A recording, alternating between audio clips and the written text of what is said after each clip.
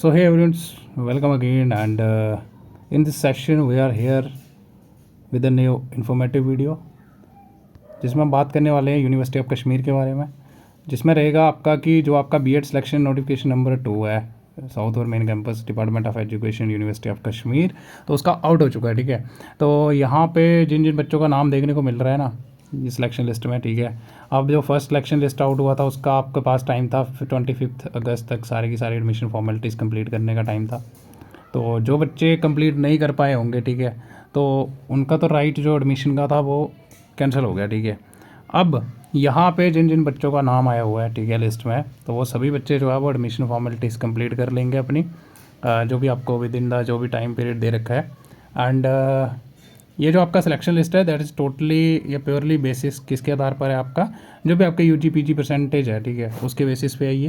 And यहाँ पे उसके बाद कुछ नहीं है कि जो भी head of the department of education main campus या कोऑर्डिनेटर जो भी हैं साउथ कैंपस, वो आपका क्या करेंगे कि इंश्योर करेंगे कि जो भी बच्चे कैटेगरी के अंदर यानी जिनका बच्चों का सिलेक्शन जो है वो कैटेगरी के अंदर हुआ है, ठीक है, तो वहाँ पे उनका देखा जाएगा कि जो भी कैटेगरी है वो सर्टिफिकेट जो है वैलिड है कि नहीं है।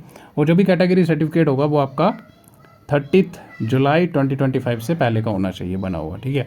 बट अगर किसी बच्चे का कैटेगरी सर्टिफिकेट था एंड उसका एक्सपायर हो जाता है, यानी अगस्त में जैसे 10 अगस्त को या 10 अगस्त को एक्सपायर हो गया, तो अब उसने नया बनाया तो उनके लिए कोई इशू नहीं आने वाला है। लेकिन हाँ, अगर उसके बाद किसी ने नया बनाया है, पहले नहीं था और वहाँ पे गलत इन्फॉर्मेशन फिल कर दी, तो उसका कैंसिल हो जाएगा, ये याद रखना। और बाकी डिपार्टमेंट चेक करेंगे कि जो भी मिनिमम एलिजिबिलिटी क्राइटेरिया है वो क्या फुलफ़िल कर रहे हैं बच्चे या नहीं कर रहे हैं, ठीक है। और वही आगे कि अगर कोई बच्चा एलिजिबल नहीं है या इसके पास वैलिड कैटेगरी नहीं है, सर्टिफिकेट नहीं है, तो वो यहाँ पे उसको कोई भी अथॉरिटी स्लिप नहीं दी जाएगी। तो ये कुछ इंपॉर्टेंट अपडेट था।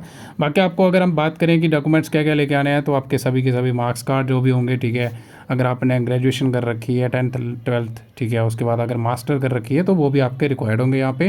एंड प्रोविजनल और करेक्टर सर्टिफिकेट्स भी रिक्वायर्ड होंगे, ये याद रखना। और अगर किसी बच्चे के पास प्रोविजनल नहीं है तो उसकी जगह अगर उसकी डिग्री है तो वो चलेगा यहाँ पे, ठीक है।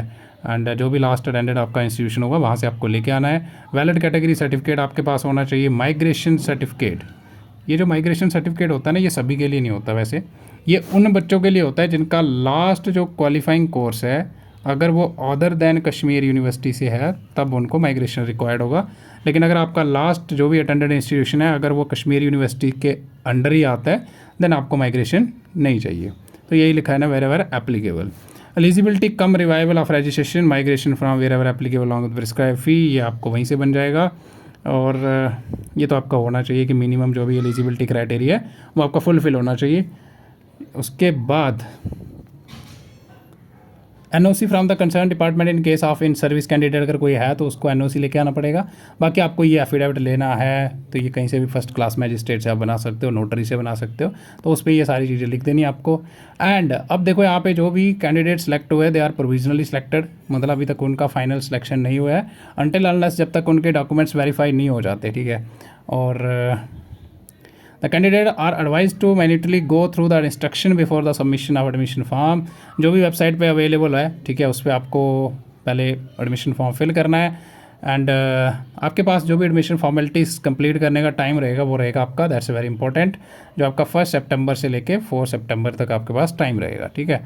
लेकिन जैसे आप एडमिशन फॉर्म फिल करते हो देन उसका आपको प्रिंट आउट लेना है और जो ये डॉक्यूमेंट्स यहाँ पे बता रखे हैं ये सारे लेके आपको जो भी आपका कंसर्न डिपार्टमेंट है, अगर आपको साउथ कैंपस मिला है तो आपको साउथ कैंपस जाना है, मेन कैंपस वालों को मेन कैंपस जाना है, ठीक है, यानी जो भी आपका डिपार्टमेंट ऑफ एजुकेशन है।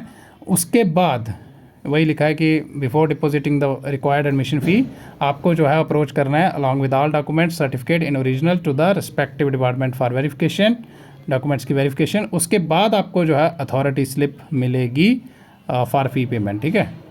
एंड ये आपको मैंने बता दिया कि अगर 4 सितंबर तक कोई बच्चा नहीं करता है एडमिशन फॉर्मेलिटीज़ कंप्लीट तो उसका जो राइट होगा एडमिशन का वो यहाँ पे ख़त्म हो जाएगा।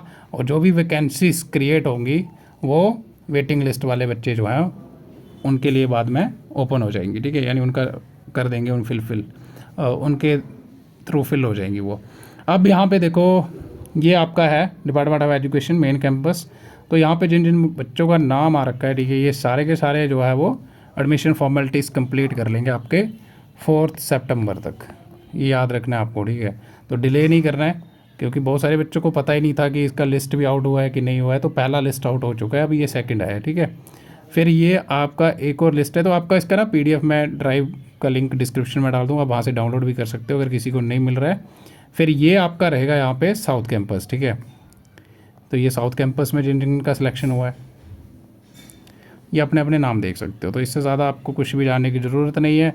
बाकी अपना एडमिशन फॉर्म जो है वो आप कहाँ, कश्मीर यूनिवर्सिटी सर्च करो, देन आपको एडमिशन वाले टैब पे क्लिक करना है, और उसके बाद ना वहाँ पे एक्टिव लिंक का ऑप्शन आ जाएगा। तो वहाँ पे एक्टिव लिंक पे आपको दिख जाएगा कि एडमिशन फॉर्म जो भी है for 2 year B.Ed programme main campus और साउथ कैंपस।